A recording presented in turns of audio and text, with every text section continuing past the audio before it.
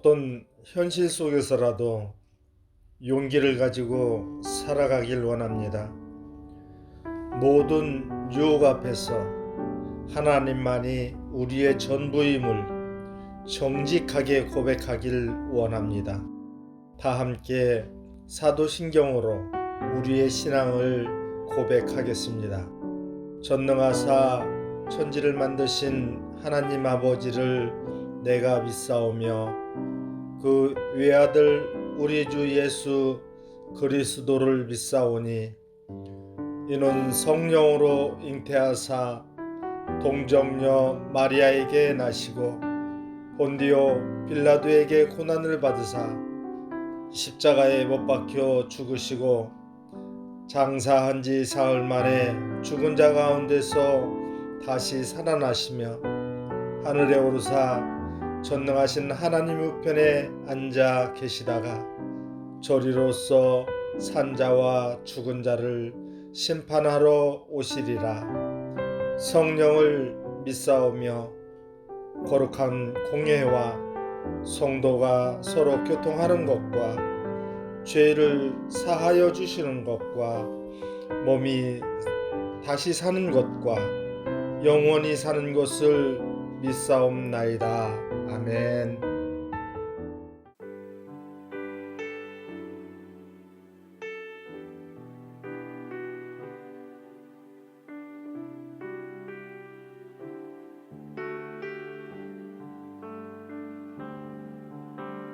주 나의 모습 보네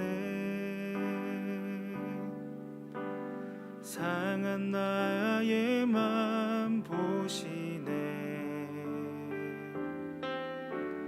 주 나의 눈물 안에 홀로 울던 맘 하시네 주 사랑 내게 있네 그 사랑이 날 채우네 주 은혜 내게 있네 그 은혜로 날 세우네 세상 소망 다 사라져가도 주의 사랑은 끝이 없으니 살아가는 이 모든 순간이 주 은혜임을 나는 믿네 세상 소망 다 사라져가도 주의 사랑은 끝이 없으니 살아가는 이 모든 순간이 주 은혜임을 나는 믿네.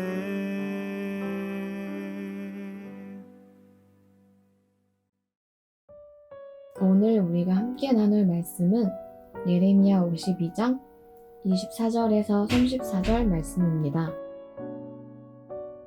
사령관이 대제사장 스바냐와 부제사장 스바냐와 성전 문지기 세 사람을 사로잡고 또 성 안에서 사람을 사로잡았으니 곧 군사를 거느린 지휘관 한 사람과 또 성중에서 만난 왕의 내시 7명과 군인을 감독하는 군 지휘관의 서기관 하나와 성 안에서 만난 평민 60명이라. 사령관 느부사라단은 그들을 사로잡아 리블라에 있는 바벨론의 왕에게 나아가매 바벨론의 왕이 하맛 땅 리블라에서 다 쳐 죽였더라. 이와 같이 유다가 사로잡혀 본국에서 떠났더라. 느부갓네살이 사로잡아간 백성은 이러하니라. 제7년에 유다인이 3023명이요 느부갓네살의 18째 해에 예루살렘에서 사로잡아간 자가 832명이요. 느부갓네살의 제23년에 사령관 느부사라단이 사로잡아간 유다 사람이 745명이오니 그 총수가 4600명이더라. 유다왕 여호야긴이 사로잡혀간 지 37년 곧 바벨론의 에윌무로닥 왕의 즉위 원년 12째 달 25째 날 그가 유다의 여호야긴 왕의 머리를 들어주었고 감옥에서 풀어주었더라. 그에게 친절하게 말하고 그의 자리를 그와 함께 바벨론에 있는 왕들의 자리보다 높이고 그 죄수의 의복을 갈아입혔고 그의 평생 동안 항상 왕의 앞에서 먹게 하였으며 그가 날마다 쓸 것을 바벨론의 왕에게서 받는 정령이 있었고 죽는 날까지 곧 종신토록 받았더라. 아멘. 반갑습니다. 오늘 예레미야 52장 24절부터 34절까지를 중심으로 믿음이라는 주제의 말씀을 함께 나누겠습니다. 오늘은 예레미야 151번째 강해인데 오늘로 예레미야를 마치게 됩니다. 짧지 않은 긴 시간이었는데 그래도 무사히 잘 마칠 수 있게 된 것에 대해서 감사하게 여깁니다. 오늘 본문은 남유다가 멸망해가는 그런 과정을 잘 보여줍니다. 바벨론의 느부갓네살 왕은 군사령관 느부사라단을 남유다로 보내서 모든 전쟁을 마무리하게 했습니다. 느부사라단이 이끄는 군대가 예루살렘에 온 후에 그들은 하나님의 성전을 회파했고 그렇게 남유다를 완전히 멸망시키죠. 그것은 사실 요시야 때부터 예레미야가 강력하게 경고하고 예언했던 내용이었습니다. 예레미야가 경고했던 내용의 핵심은 한 가지였는데 하나님께로 돌아오라 하는 것이었습니다. 우리가 죄에 대해서 이번 주 내내 말씀을 나누고 있는데 죄는 어떤 특정한 행위라기보다 그 마음에 하나님 두기를 싫어하는 것입니다. 한마디로 그 마음에 하나님 없음, 바로 그것이 성경이 말하는 죄입니다. 그래서 예레미야는 유대 백성들에게 계속해서 하나님께로 돌아오라 이렇게 외쳤던 겁니다.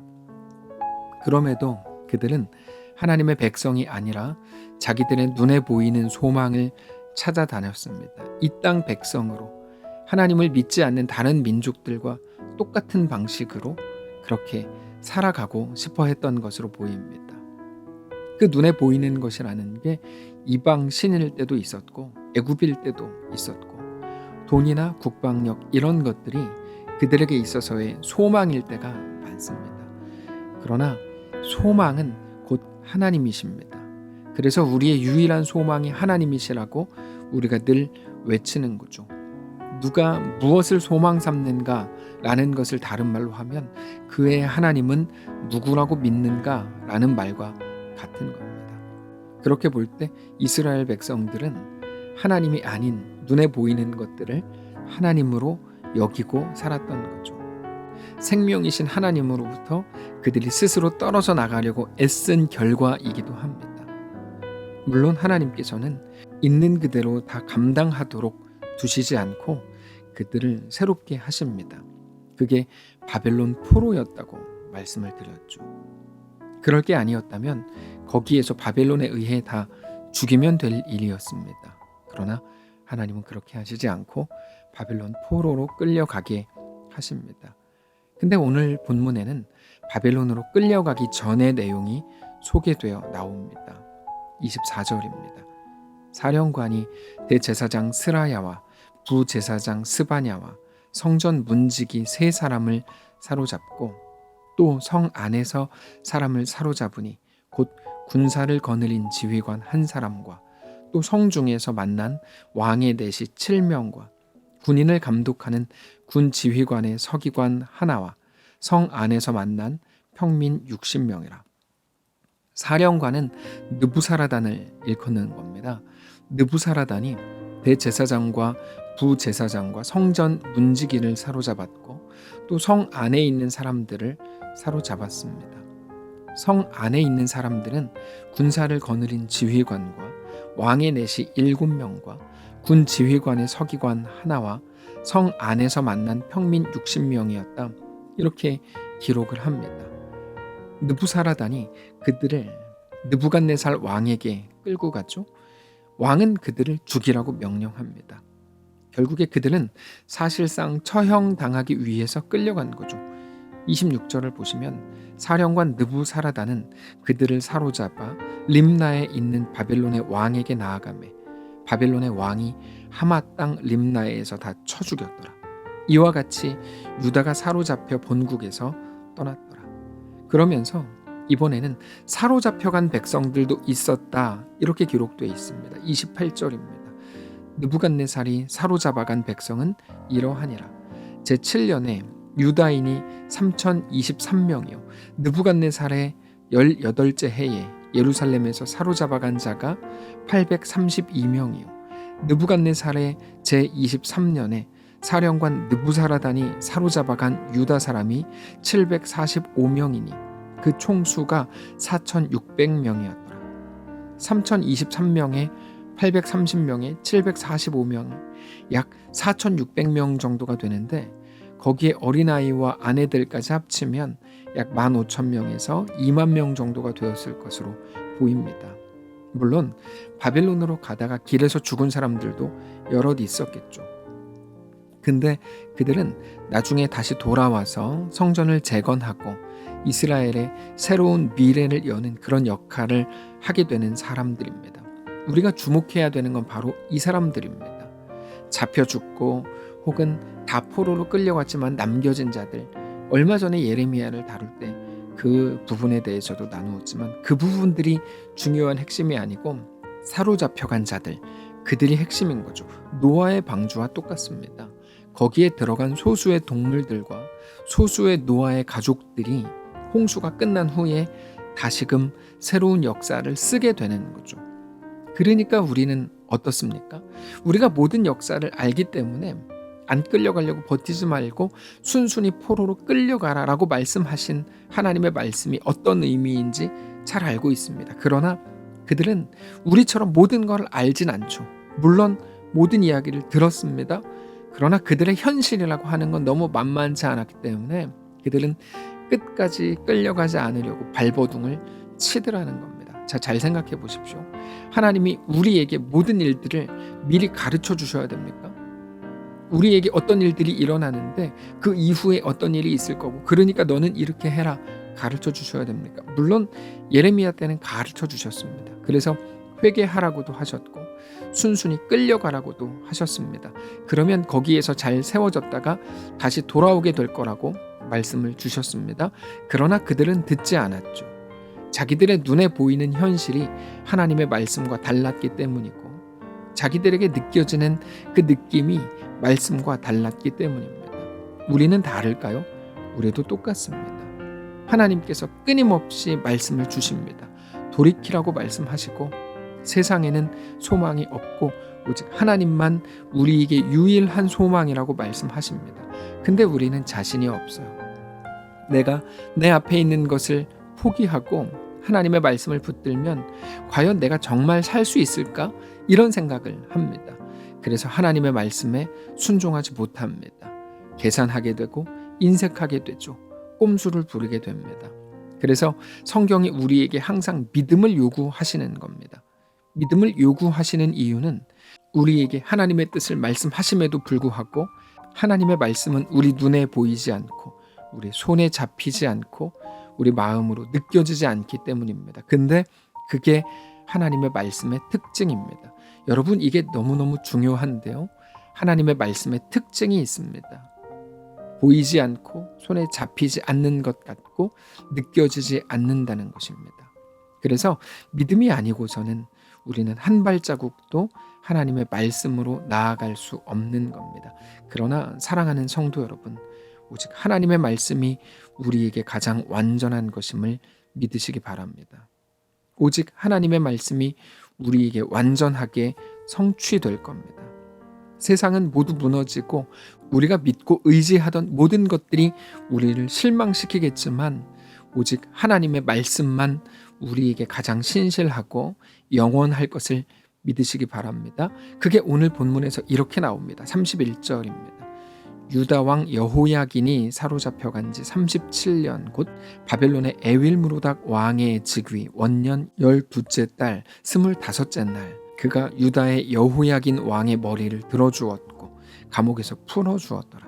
그에게 친절하게 말하고 그의 자리를 그와 함께 바벨론에 있는 왕들의 자리보다 높이고 그 죄수의 의복을 갈아입혔고 그의 평생 동안 항상 왕의 앞에서 먹게 하였으며 그가 날마다 쓸 것을 바벨론의 왕에게서 받는 정량이 있었고 죽는 날까지 곧 종신토록 받았더라. 전에 이 부분에 대해서도 몇 번 다루었지만 이 내용은 어떻게 보면 전혀 연결이 앞뒤가 안 맞는 그런 내용입니다.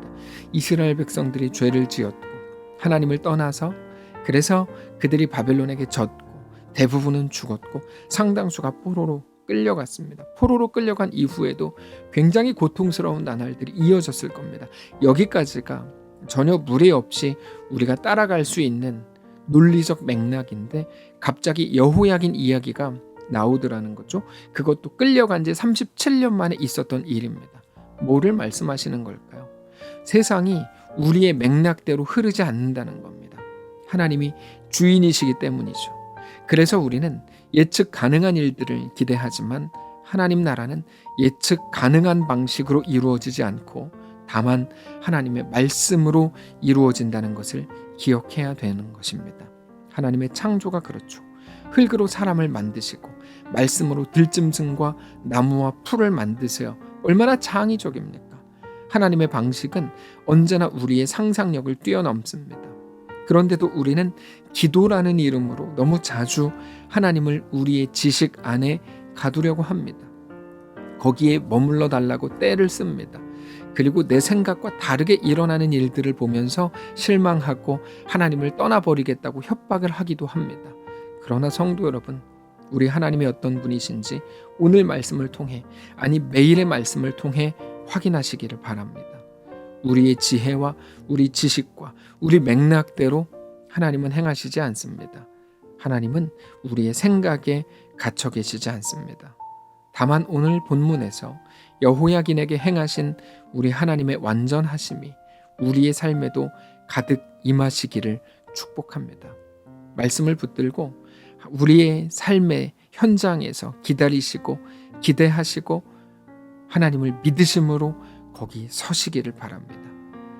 예레미야를 마치면서 우리의 생각과 마음에 하나님에 대한 온전한 신뢰, 그 충성, 그 믿음으로 꽉 채워지는 우리의 모든 성도들 되시기를 축복합니다. 기도하겠습니다. 살아계신 하나님 감사합니다. 긴 기간 동안 예레미야를 나누었습니다.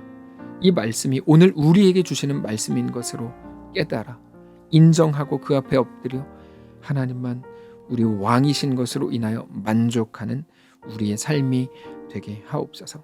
생명이신 하나님에게서 떠나지 않게 하시고 하나님 없음, 하나님을 그 마음에 두기 싫어했던 그들의 모습이 우리 속에 답습되지 않도록 인도하시고 오직 하나님 앞에 온전한 신뢰와 충성과 믿음으로 채워나가게 하옵소서.